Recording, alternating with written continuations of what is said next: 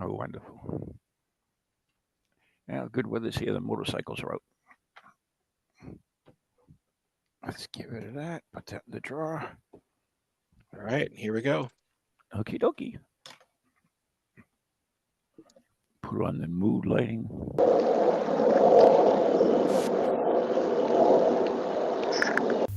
Stupid thing. There we go.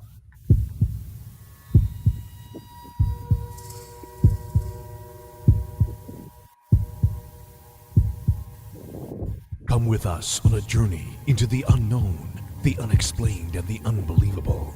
We will test your senses and challenge your beliefs. A world where science and religion clash. Or do they? You will meet real people and hear real stories, but you will not believe. You will witness strange sights and hear strange sounds, but you will not believe. This is the New England Ghost Project. Welcome to the nightmare. Good evening, everyone, and welcome to Ghost Chronicles International with me, Ron Kolick, New England's own Van Helsing, and my co-host, the lovely Steve Parsons. Evening. Yes, it is. So Have you set your mood lighting tonight? I have my mood lighter on. I've got one of those. What the hell are they? Himalayan salt lamps that changes colors. Oh, they're so trendy. Yeah. Well, that was like I won that at a Yankee swap a couple years ago. Our TJ Maxx is full of them. Yeah, and and if every so often I'll give it a little lick because it is salt, just Yeah. like the cat used to like it. Anyway, well, there you go. Um, I have bad sad news. I don't know if you heard this. You must have if you anywhere near my page. I've got 6,000 messages that there was a huge fire at the Wyndham restaurant and it Oh suffered, no, another suffered one. serious damage. So That's didn't they only have one a couple of years ago? no, What was that then? I have no idea. Oh, I must have Who dreamt knows? that. I don't know. Who knows? I'm sure. I remember. There you go. There's one of those weird memories because I'm sure I remember the Oh, what Wyndham. the Mandela effect? Yeah, because I'm sure I remember the Wyndham Yeah, catching fire. that's a Mandela effect. That's a yeah. The girl that the woman that came up with that coined that phrase and everything. I wanted to get her back on the show, but she doesn't speak to me. So oh well.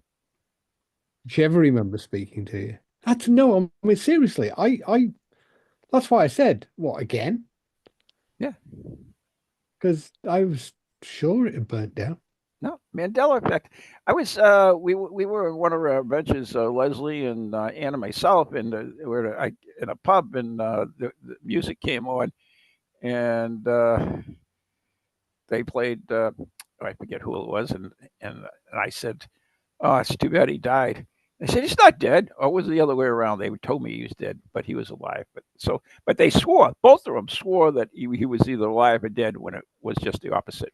And they both swore. That's the Mandela effect. There's so many instances of that in real life. It's strange. Do you know where? Do you know where he got its name from Yeah, Mandela, and why? South Africa, because most people thought he died in jail. Yeah. Yeah. But of course, I think one of the more interesting conspiracies is that I read that actually he did die in jail. But then they created a body double. Oh, or maybe he was a zombie. They brought him back to life That's a bit far fetched. Your mic's blowing. again. No, you're just a bit too close to it. You're popping. Oh, let me get it away then. Is that better? Is that better, Steve? Well, it is when you don't breathe. Oh, for God's sakes, I can't breathe. Let me push the mic down here. Man, you guys are mic critics for the last 2 weeks. It's like all over me. So Well, that's because we use quality mics. I've got a headset on. This is a You- top quality headset. It even lights up in the dark. $20, 10. $10. Yeah, figured. It was a Black Friday special. I figured. But compared to my other ones, that's pretty good. It was a decent headset. For you, that's an expensive headset. Yeah, you know. So we just, you know, if you want me to sound better, you got to join Patreon, become a subscriber like John in the chat room, and Sue Brown and Stephen Scott and Ann Carrigan and so many others, and we can get better equipment. But I'm stuck with the. There we go. So we're going to start a GoFundMe, folks. We need to raise $100 to get Ron a decent microphone. I have a good microphone but somehow my board there was picking up music from another location. Yeah, the listeners don't have any notion of how much trauma we go through every week. Last week you had an echo. This week we had Bank of America. Oh, here we go. I get paid to play that advertising. I don't think so. No, I don't think so. Or else I have a better mic. Yeah. So come on, then. We need to raise $100 to get Ron a microphone. No, we don't. Go away. Don't do that. I don't go begging for stuff. Good enough for the others to do a GoFundMe. If you join Patreon, you get stuff. Everybody else does a GoFundMe. No GoFundMes. That's like begging, and we can't say on air what I call it, can we? Probably not. But I was raised differently. I mean, that to me, that's like, no. Begging, pretty much. It is begging. It is. Yeah. I mean, there's not even another word to describe it. It is basically saying, I need money, give it to me. Yeah. I need a car. I need this. I mean, our last attempt at GoFundMe didn't work either. You know, when we were going to buy the retreat for $1. Oh yeah, that didn't work. No. Never worked. Yeah, and in a way though, some of that GoFundMe is helpful. You know, like when there's tragic events, they have set up a GoFundMe, and that works out good. You know, like you lost both your parents in a car accident or something, and you're screwed. You know, basically, or you what? Yeah, that's a different matter, and there is a legitimacy there because we have charities, and that do that, so people can give in times of crisis. I mean, people have been doing that for hundreds of years. Yeah. There's been all sorts of appeals, but GoFundMe has changed, and has changed the landscape of the begging industry, and has become begging. There's no other word to describe it. You know, it's like, pay for my college education, buy me electronic begging. I need a new PlayStation. And people do. I could set up one of those pages where I show nude pictures of myself and you subscribe, and I think we actually get more money. Yeah, more money to keep your clothes on. Hey, that's a thing. We will have a new one. Pay me, or else I'm going to strip naked. You know that there are people out there that would just for shits and giggles, don't you? Yeah, I know this. Just to watch you squirm. Yeah, whatever. Move on. I don't know how we get down to the subject, anyways. You started it. Yeah, see, you started it. I'm telling Mom. Anyway, I'm only the co-host. What do I know? I'm glad you said that. What do you know? The big boys did it, and then they ran away. Yeah, exactly. Anyway, oh gosh, that was my favorite excuse growing up. Did it? I used to con my brother into taking all the blame, so that was good. That's what you have younger brothers for. Unfortunately, I didn't. Anyway, the Pope died, which is sad, of course. Well, it might not be. We're assuming that it's bad because we are assuming that death is a bad thing. It actually might be a really good thing. We don't know. I mean, bad for us, not for him. Well, is it bad for us? Why? Because he was a pretty, a pretty liberal pope. He was pretty people's man and all that. He was, We don't know what the next one's going to be. that's scary. Yeah, I don't know what the next one. On the morning show this morning, we did don't think it'll be. we did I don't we think it'll be. we did some of the papal disasters, and guys that were had unwed Gals children and all kinds of stuff. Oh, and gals. and There what? has been a female pope, at least one. That has never been really proven. Well, depends what you read. It's a good rhythm. It's sort of like the Mandela effect. If you say enough times, it's going to be real. It might be real one day. I think we're on fairly safe ground if we say we might not know who the next pope is, but it won't be a lady. Which is funny because that Conclave movie came out, which That was well timed. Did you see that? If I had a chance. I haven't seen the film yet, but the timing of it was good. The film was interesting. I'll just say to leave it at that. Of course, when we did Spirit Quest, we did Demons and Devils, and we actually did a conclave on the Friday night dinner thing, which was interesting. And we elected, by the way, a female pope.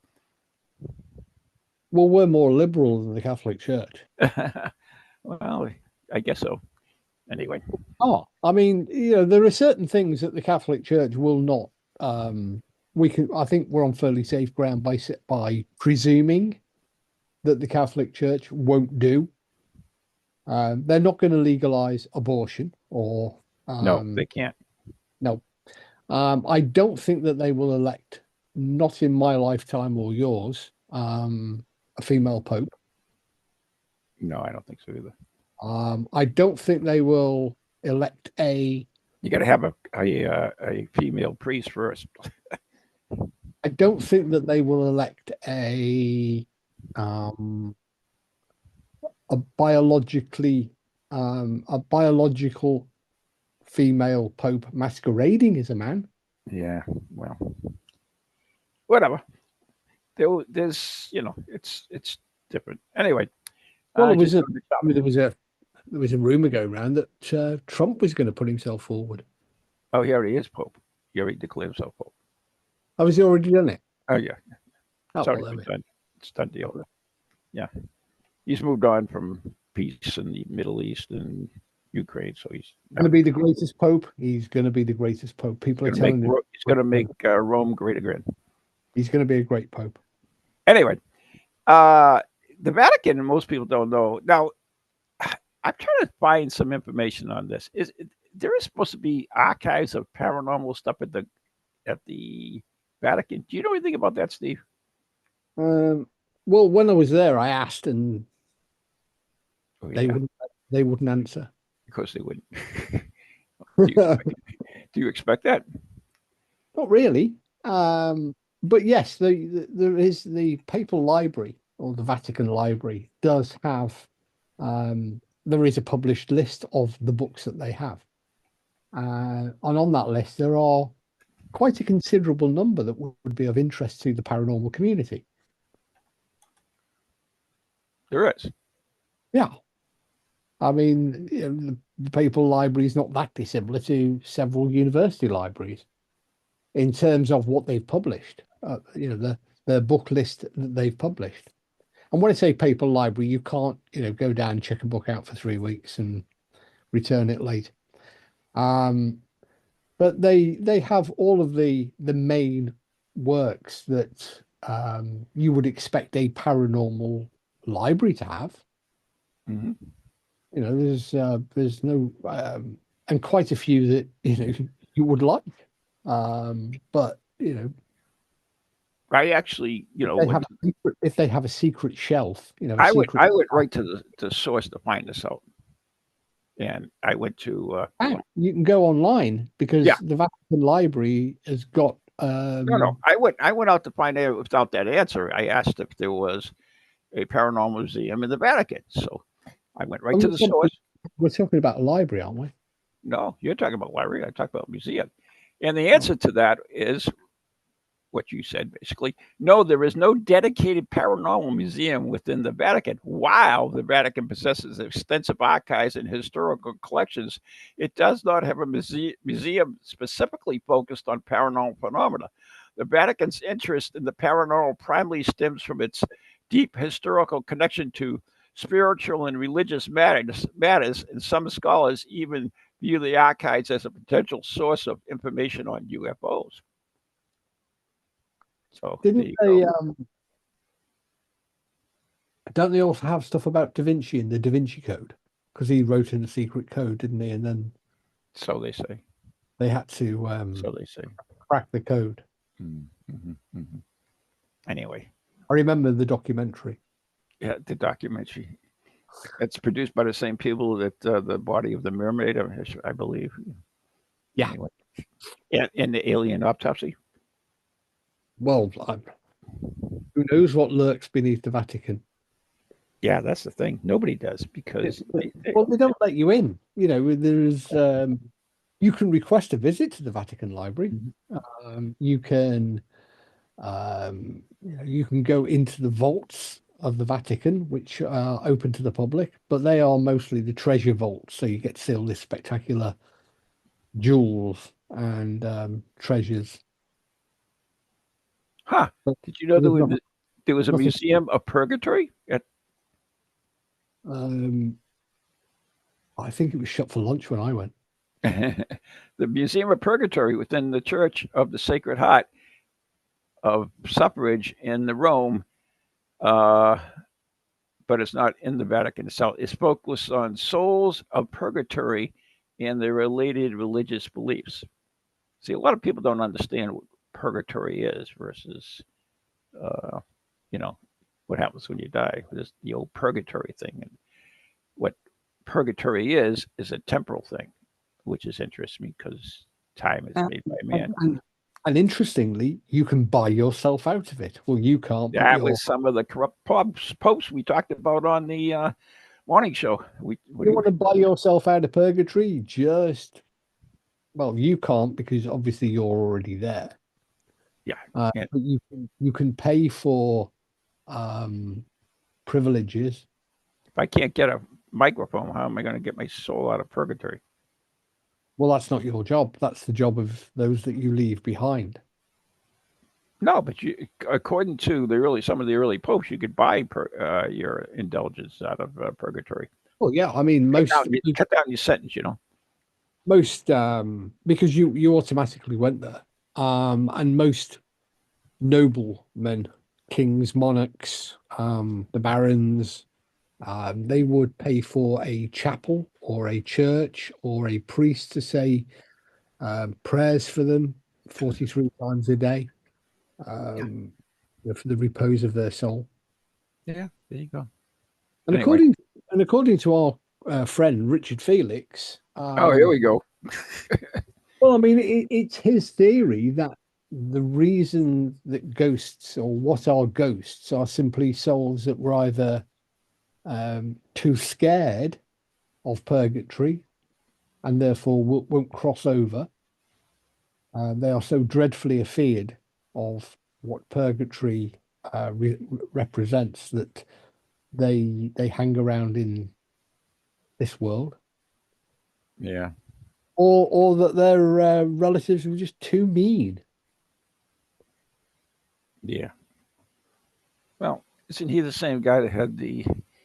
No, I won't go into that. But well, I mean, that was Richard's theory. I mean, that was one of his theory, but it's not. It wasn't exclusive to his. That's a common theory in ghost hunting, basically. So, I don't know, but I was looking last week. We were discussing ghost hunting equipment and stuff, and I look at things like the ghost. What is those things? Spirit boxes and Ouija boards, things like that. Is that really uh, paranormal investigating equipment, or is it just really mediumistic equipment? And is there a difference? Well, it certainly isn't paranormal investigating equipment. Well, not to any sort of standard, is it? It's if you go to any list, it'll be on there. So what? Spirit box is like always on there. Yeah. And Sad, EVP recorders, which people don't like to call them recorders, they like to call them EVP recorders because they just well, but I mean, make it sound cool. it's not giving you any information. The fact that you've got a jabbering voice or what sounds like a voice Mhm. means in reality means diddly squat, because you don't know where it's coming from. You don't know how it's getting into the box. Yep. So even if you have a recording of and let's say it's a really clear one, let's go mad and push the boat out, and let's Let's say go mad. it's a really clear, distinctive voice that you all can understand. There is no sort of what was that? No guessing as to what's Right, being. right. You still can't prove it's a ghost, No. even if the voice says, "Hey, I am a ghost." That it could just as easily. I mean, you've got. I don't know how you would definitively demonstrate paranormality. And if you can't definitively demonstrate paranormality, then it's pretty meaningless, I guess. The interesting, for instance, if we say that somebody calls uh, para ghost project up. See, that's you and me combined. See, para ghost project or parascience ghost project. Excuse me.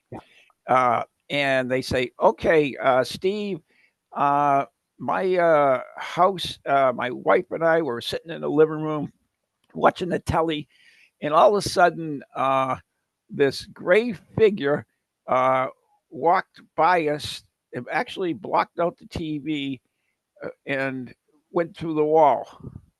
Could you investigate that person? Let us know. I'd love So, to. what's that? I'd love to. I would too. Sounds so, proper intriguing. so Steve and I get together, and I fly over there, and Steve sets up a thing, and we go into investigate this story. So, what would we use to investigate this experience? Well, at first, nothing at all. Naked, I like it. No, not because the first thing I would do when you arrive, after the usual pleasantries of hello, look at the nice, like the wallpaper, by the way, is Exchange all our gifts. sit, shut up, and listen to what they got to say. And I would say, so tell me what happened. That would be the very first thing I would do. To say, Okay, so he tells you what I just told you. Well, there would be What's your questions in regards to it? then there would be a series of questions Mhm. that are designed to elicit more information, because you may not have all of the information. No, we don't.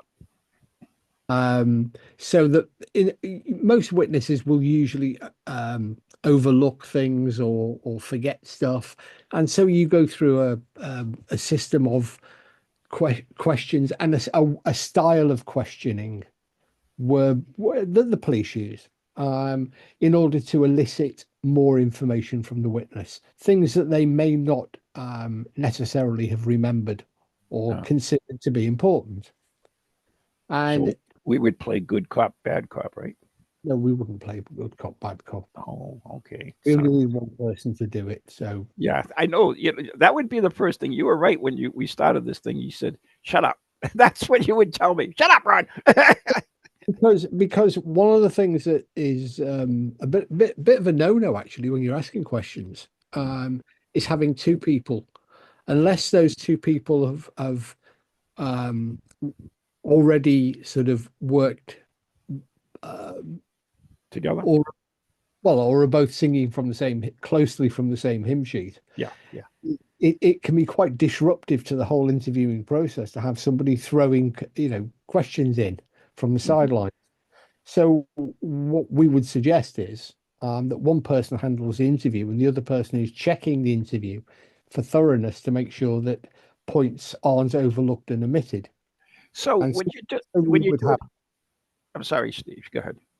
and so we wouldn't work from a script, but the questioner certainly would work from a set of kind of cue cards, Right. just so that have you asked about this or that? And they're there just to make sure that the interviewer doesn't overlook things or get. And sometimes you'll find that the interviewers, if they're not very experienced, will be led off down all manner of rabbit holes by the interviewee. They'll start off on what it's a bit like this radio show. We start off on one subject and end up on something completely different, and move further and further away What are from you the saying, subject. Steve? And and so what you have to do is get the interviewee to provide the most complete information that it is possible to gather. That was the weak bell, I think, which tells us there's 2 minutes left. I think I heard this gong. That was the So people in the oven bell. so what when you are interviewing, and we only get a couple minutes left, when you're doing the interview and he's telling this story, Yeah. do you ask additional questions about specific points? In other words, you dig a little deeper, kind of thing. Yeah. Um, you ask questions that don't just have a yes no, or you don't ask two questions. Like, for example, where did you see? Let's just assume he's used the word ghost. Okay. So I'm not introducing it there. So I would say, where did you see the ghost, and how did that make you feel? That's two questions strong, and it's the way that people speak, but that's the wrong way of doing it. You would actually separate the questions to allow the two separate answers to be given, because what you've done is you've entrained the witness to you've split their focus by asking them two things. Where was it, and now they're focusing on how they felt about it. So one kind, you're kind of splitting the attention of the witness. Right. So you would say, where did you see what you saw? And how, and then later on you would ask questions about what was your response? How did you feel? And often, if you get a witness who's wandering off track, you can, nudge them back into line. Yeah, like in our scenario, and I think we're both. Yeah, we got to go to break. All right, you're listening to Ghost Chronicles International with Steve Parsons and Ron Kolick right here on TogiNet, and we'll be right back after the following messages to hear more about this fascinating ghost story.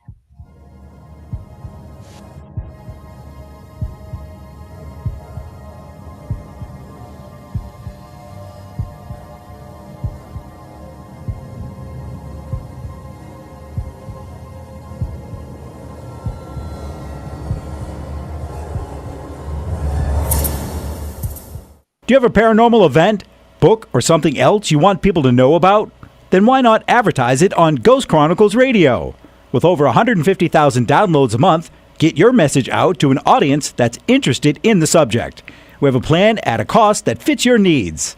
For more information, contact Ron Kolick at anyghostproject@comcast.net or call 978-455-6678.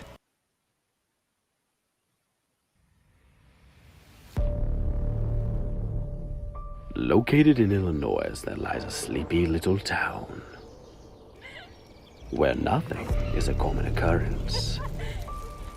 You going to that party in town tonight? Heck yeah! I only turned 18 once. That is until the night of celebration. Where the hell is she? Oh no. No, no, no, Jessica!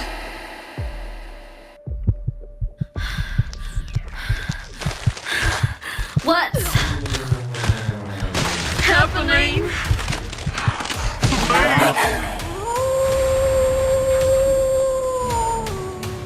From the creators of Shadowhunters, Bite Me, comes a tale of primal terror and grindcore mayhem.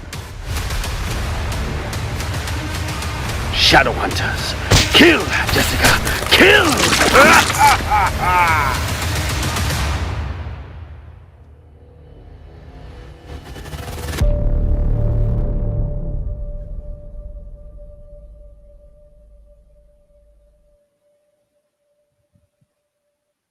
Oh, are you reading me? Come in. Hello? Greetings from the Shadow, and welcome to Shadowzine. My name is Jeff Belanger. I'm an author, podcaster, and explorer of the unexplained. For 30 years, I've been investigating the paranormal, UFOs, monsters, and things that bump in the night. Lately, you may have noticed how major TV networks and even social media networks have been pushing our favorite subject back into the shadows. I say good. That's why I launched Shadowzine, a monthly underground publication that covers your favorite topics in depth by some of the leading writers and researchers out there. If you're looking for 30-second TikTok clips, go somewhere else. If you're ready for a deeper dive, put down your phone and pick up Shadowzine. You can't find it in stores. This is old school print. Head to shadowzine.com and be part of the underground revolution. That's shadowzine.com, and I'll see you in the shadow.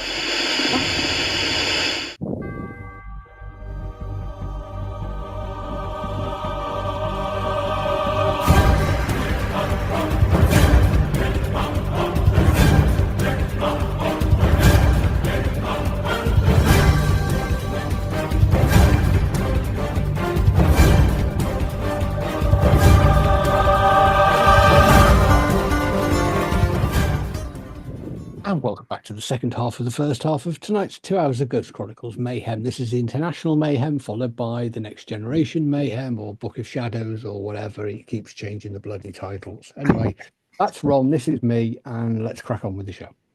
Yeah. So for those who tune in late, we are talking about a possible case.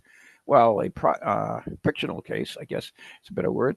Where a couple was sitting in their home watching the telly when a gray figure passed in front of them, blocked out the telly, and went past through the wall. And so they called Steve and myself for Parascience Ghost Project. Parascience Ghost Project. And I flew over there, and we're in here discussing how to do the case. The first thing that I want to say is that Steve is absolutely right. There can be only one head in the organization. You cannot have too many voices because basically just muddles the area. So I give kudos to my partner here, Mr. Parsons.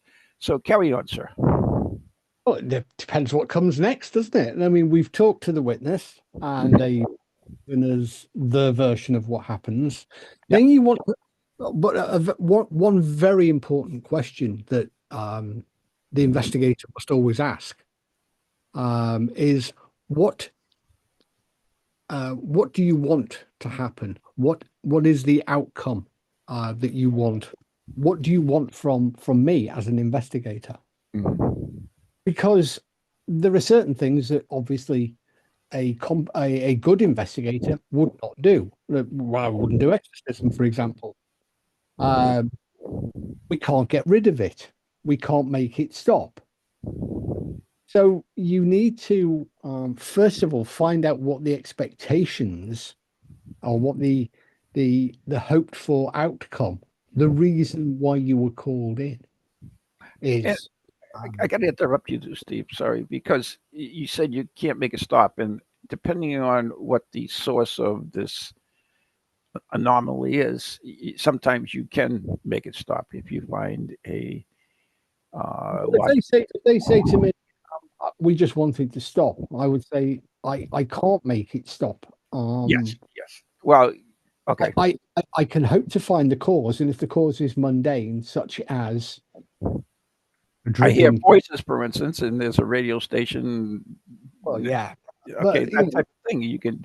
I would never dream of saying, yes, we can perform an exorcism, or yes, I'm an exorcism. you have to be You can always realistic. call Karen and Keith in, right, to do the exorcism. Well, you have to be realistic about what their expectations of your involvement is. Mm-hmm. And then you would talk to them about, because you found out, you hopefully have some idea of what they've been going through. You have an idea of what they would like to happen. Say they say to you, well, I'm not really that bothered about it, but I would like to know that I'm not going mad and I'm not imagining it, and just reassurance that everything will be fine. Mm-hmm. How it might be, because one of the things that you should also never do is offer a diagnosis without investigation. Because if you went to your family doctor and you said, "Doctor, I don't feel very well," and he just, without looking at you or examining you, just wrote a prescription, said, "Take this twice a day and you'll be fine," you wouldn't have a lot of faith in him or her. So to offer any form of diagnosis without investigation would be foolhardy. I agree. So what you do then is you discuss with them all of the available options. It might be that you agree that some kind of active investigation is warranted, that you need more information by way of an investigation, and they're happy, for you to proceed. Let's go on that premise. Yeah. So the next step will often, not always, but often be to elicit even more information, is to get the witness to keep a diary. Because what you want to do is get the most up-to-date information about what's going on, when it's happening, where it's happening, who's experiencing it, etc., etc. Now, the diary doesn't have to be, you're not Anne Frank. What you want is simple, basic information. Now, one of the things that the investigator needs to be mindful of is that if you request a person to keep a diary, it will almost inevitably change the witness's perception of any subsequent events and experiences. And that can lead to almost, it's certainly not unusual for that lead to an increased number of reported experiences. Yeah, I was just going to say that, because that's what exactly they'll start noticing things that they didn't really notice before. Yeah. But it doesn't negate the fact that it is a useful step. People would, whereas things would have been ignored or considered to be ordinary or irrelevant, now become noteworthy. But nevertheless, so I would suggest you keep the diary for a reasonable period of time. Normally a couple of weeks, perhaps a month, depending on the particulars of the situation. If it's only happening occasionally, then you might not see very much in a month-long diary. So, in certain instances, maybe, an appropriate length of time. All right, say a month. We'll say a month for it. Well, let's say at least 2 weeks. All right, so we're going to go with 2 weeks. All right, fine, 2 weeks. At least 2 weeks. Okay. Perhaps longer. So he keeps it for 2 weeks. Do we go back again? We would then contact them again, or they, well, it depends again on the situation. If there is some uncertainty as to witness, if they're blowing, you sense that they're blowing a little bit cold, or they might just be attention seeking. This is also a good step, because if you get an attention-seeking witness who wants to run to the paper and sell, tickets to the haunted house attraction, then, if you say, well, keep a diary for 2 or 3 weeks and then give us a bell, they might decide to go elsewhere because you weren't quick enough. It's oh well, I'll get some attention, from somebody else. I'll ask somebody Yeah, else. I've Well, had that actually happen to me, so I can that's, attest to that's that. fine because you don't have to deal with the fallout of an attention-seeking witness. Right, exactly. It's not much of a gamble that you would lose a good case, because if it's a genuine, legitimate, inquiry, they will generally contact you in a couple of weeks' time. I've done the diary, blah blah blah. Now they will, you will get the diary, you read the diary, but the diary never stops. You should never stop the diary. Um, they should keep the diary for the whole duration of your involvement, rather than just, well, there's 2 weeks now, finished. Um, and you should also, once you arrive to begin the active investigation, you should also start a diary, recording your own experiences, thoughts, and opinions while you're there. Exactly. Because both those diaries combine will hopefully give you some sort of insight into the nature of the reported events, the times where they occur, who, if anyone, was witness to the events. And that allows the investigator to use the information in order to target the resources that are available. Change the timing of the visits, or the placing of items of equipment, or the positioning of people during the visits during the active phase. Now, some cases, So no, I have to make one comment on it. Now, when you talk about diary, for the investigators, are you talking a written diary? it can be written, it can be audible, whichever works best for you. I think audio is a better Well, form in that you don't have your head down buried trying to write something down where some people, different organizations, different teams, different people work in different ways. So there is no hard and fast rule. It's whatever works best for you. Yeah, I did an investigation with the Boston Globe on Wood Island Lighthouse, and then they actually did a cartoon in the paper on it, and it just showed me, and I was holding a meter, and it said the guy asked me, "Did you have any ghosts? Did you see any ghosts there?" And I said, I did get some strange readings, but there was nothing to speak of. And then it shows all these ghosts coming out of the lighthouse. So basically, I was looking at my meter and actually missing what the paranormal activity is. That's why I like an audio versus written, and that's just my own preference. So Again, different people have different ways that work best. Yep, I understand. And you've touched on equipment, because inevitably there is a desire in most investigators to then bring out the flight cases.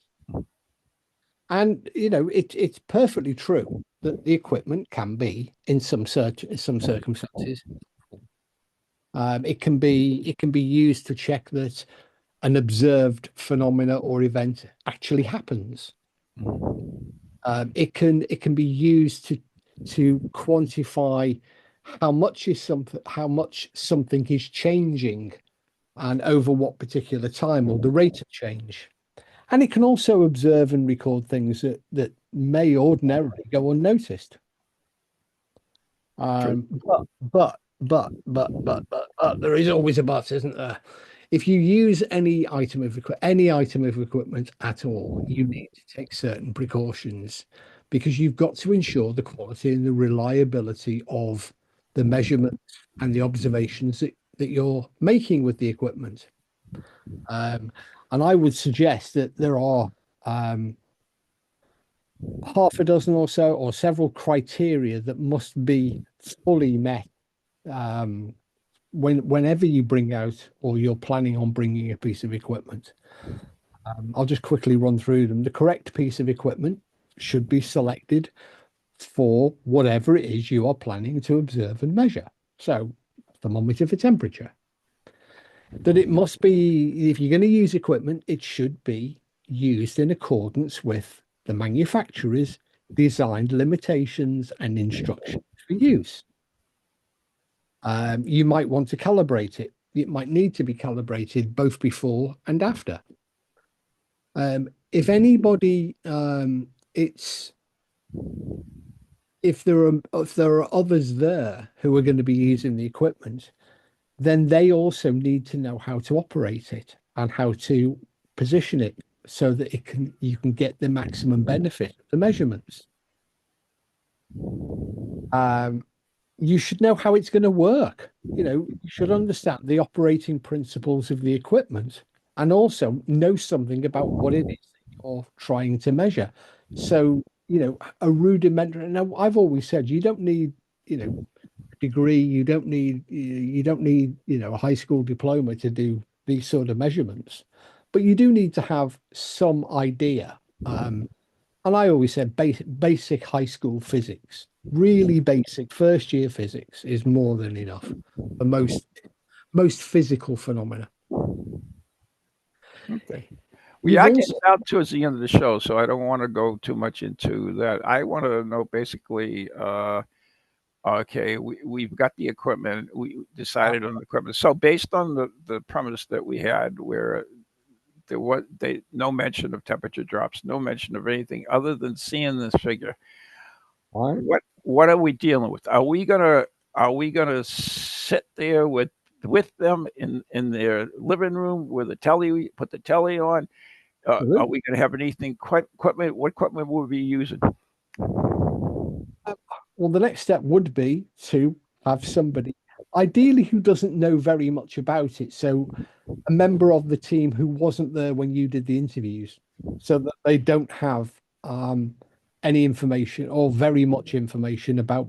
They obviously know why they're there, but they don't know the minutiae. They don't know what the figure looked like, where it appeared, when it appeared, what it did, where which direction it went subsequently, or any of that.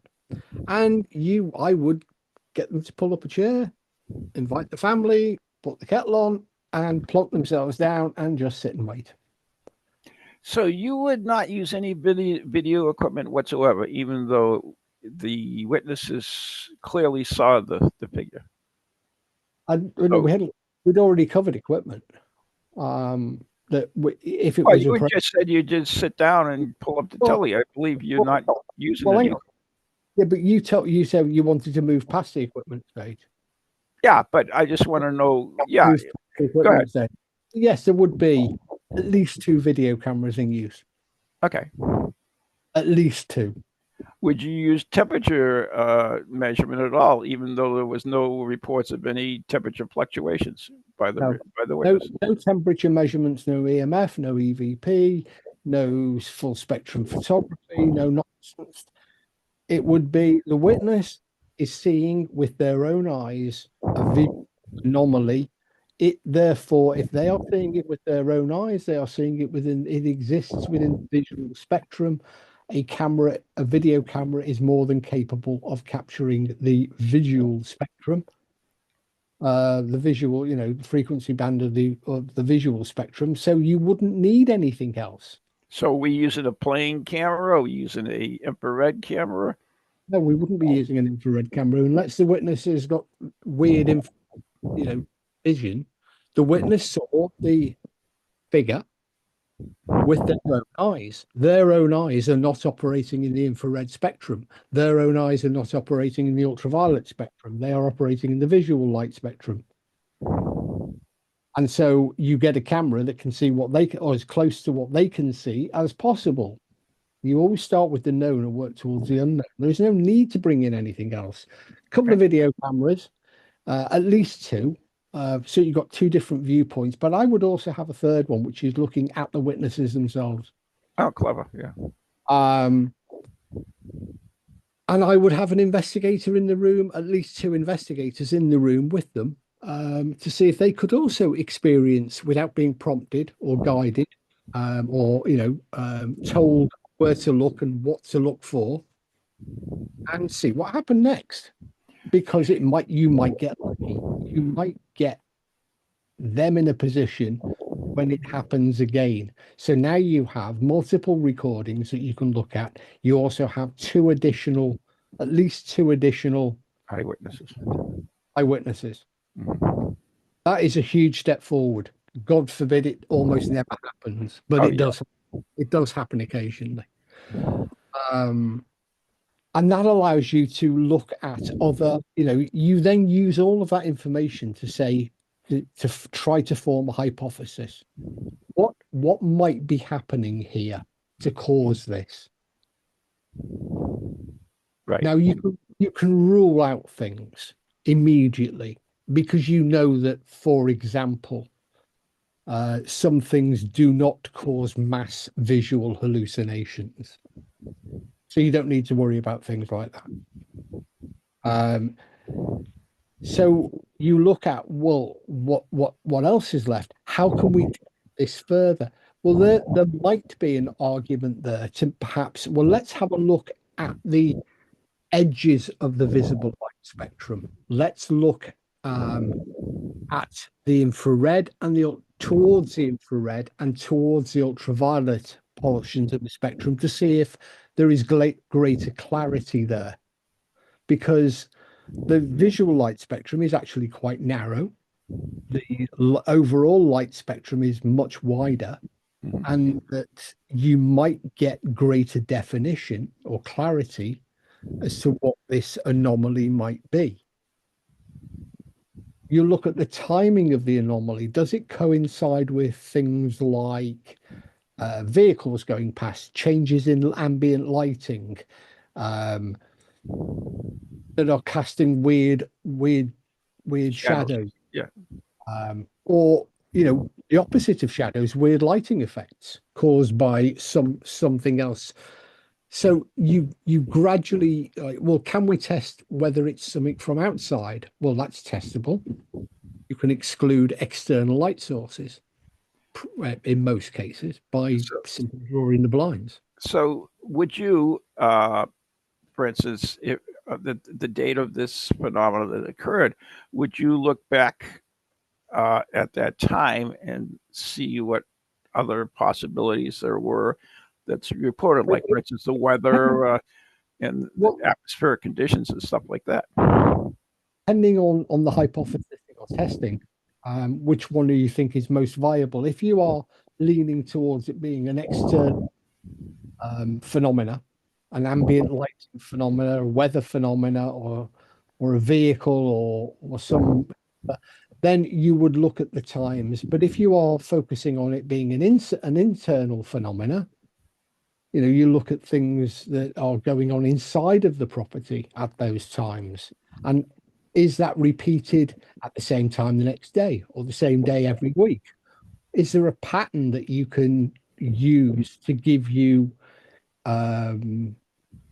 more information, more of an insight into what the potential causes might be?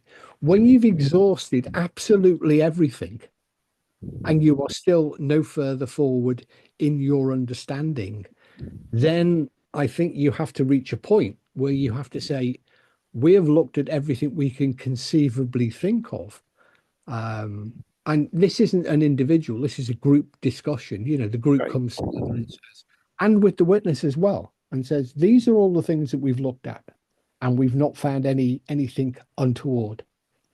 Is there anything that you think that we should be also looking at, or is there anything you think we have overlooked? Now, the whole team. So, a paranormal team isn't a dictatorship. So the whole team says, well, did you try? Yeah, we tried that one. And did you look at this? And have you so you go back, you reevaluate what you've been looking at and with the witness. And then at the end, you have to draw a conclusion. You can't go there forever and a day. And that conclusion might be, well, we've looked at everything we can think of, and we can't explain what's happening. We can't definitively say it's paranormal, but we can't demonstrate we can't demonstrate that it has a mundane explanation. Yeah. Unfortunately, we have run out of time. The one thing I do want to mention, for instance, and this goes on the same scenario, if for instance, a similar case, the couple, when they went to bed, they would wake up at 3 o'clock in the morning and hear voices. you would concentrate on audio sides, not EVPs or anything, but audio recordings, correct?